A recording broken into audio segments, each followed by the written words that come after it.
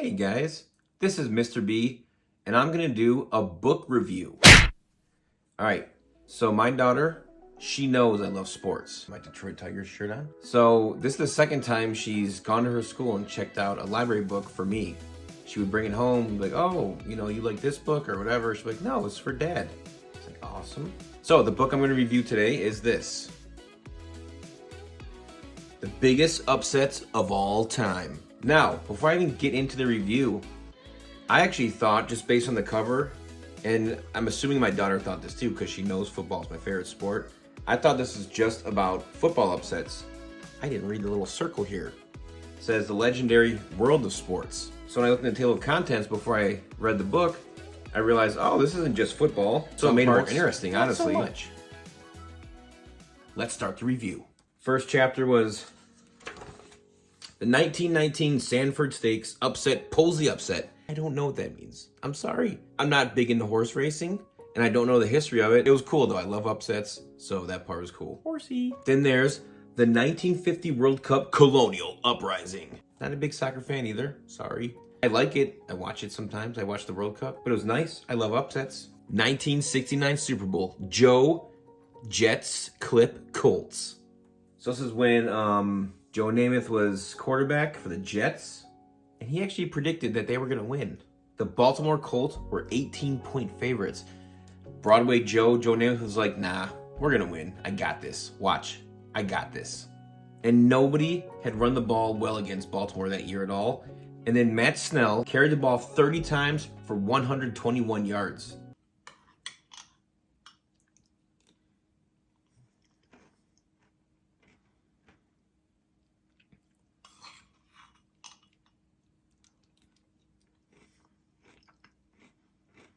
Then we got the 1969 World Series, the amazing Mets. Tom Seaver won a career-high 25 games for the Mets in 1969. Met power! Then we're off to the 1971 Stanley Cup Dryden's debut. So back then, the Boston Bruins had Bobby Orr and Phil Esposito and had tons of NHL records they set that year. But the Canadiens, they came in and did their thing. And Dryden, the goalie, was MVP of that year's playoffs. The 1980 Miracle on Ice. Now that's the year Mr. B was born, so I definitely don't remember that. But I remember hearing stories about it, I remember seeing all the videos, and I just felt from those it was amazing. And the game everybody talks about is actually when they beat the Soviet Union, as they were called that time. And that was just a semifinal game, and they went on to win the gold medal when they defeated Finland.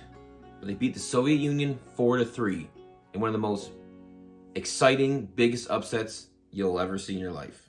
Do you believe in miracles? Yes!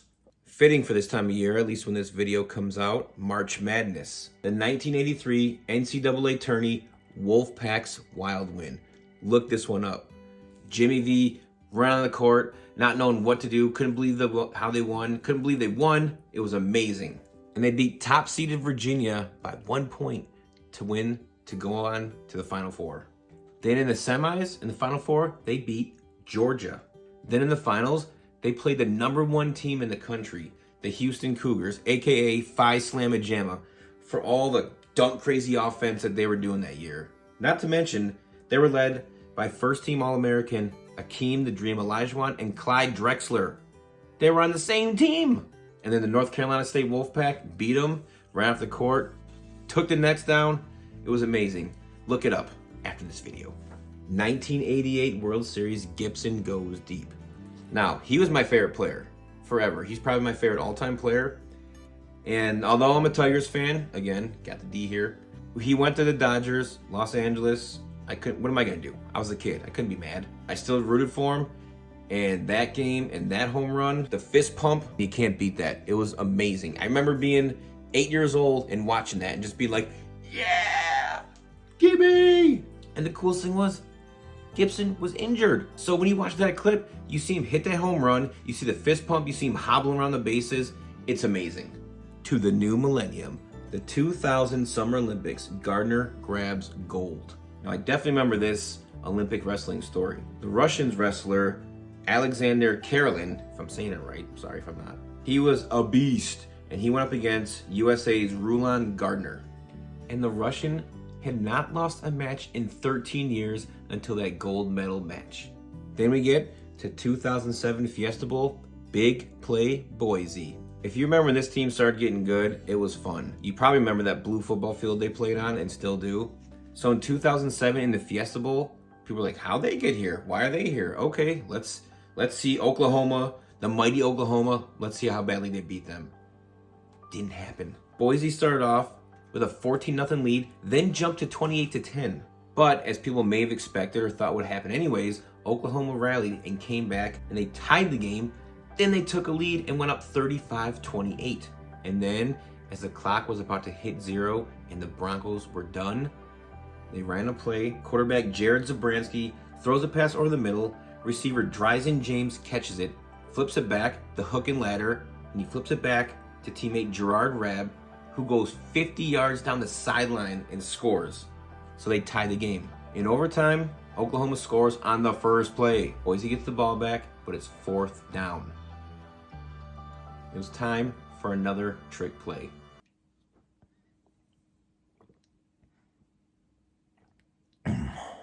So on 4th down, what do? They do a wide receiver reverse option pass. So the crowd's losing it, going nuts.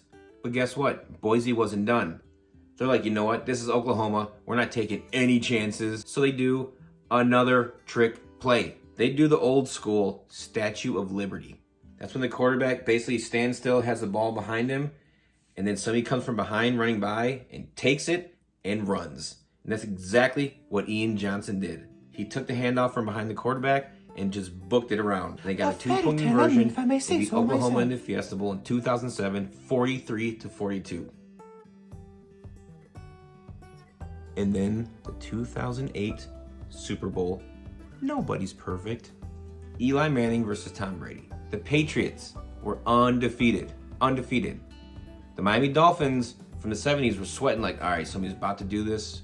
All right, I thought we were going to be the only ones. Let's go. And the wild thing is, the Patriots beat the Giants on the last game of the regular season that year.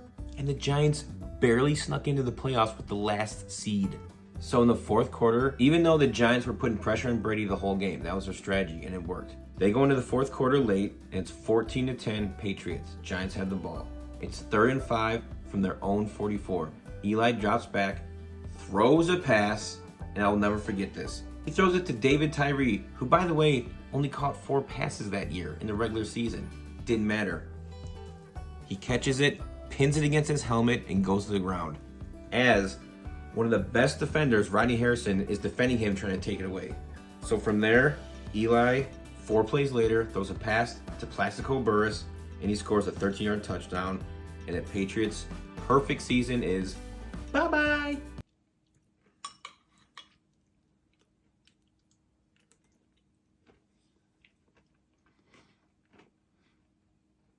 (2009) PGA, Yang tames Tiger. Y.E. Yang shocked the golf world with his victory over Tiger Woods. No one was expecting that. No one. Birdie? I don't know. 2011 Daytona 500, rookie surprise. Trevor Bayne is all smiles at the Daytona International Speedway. I know, I could have added sound effects.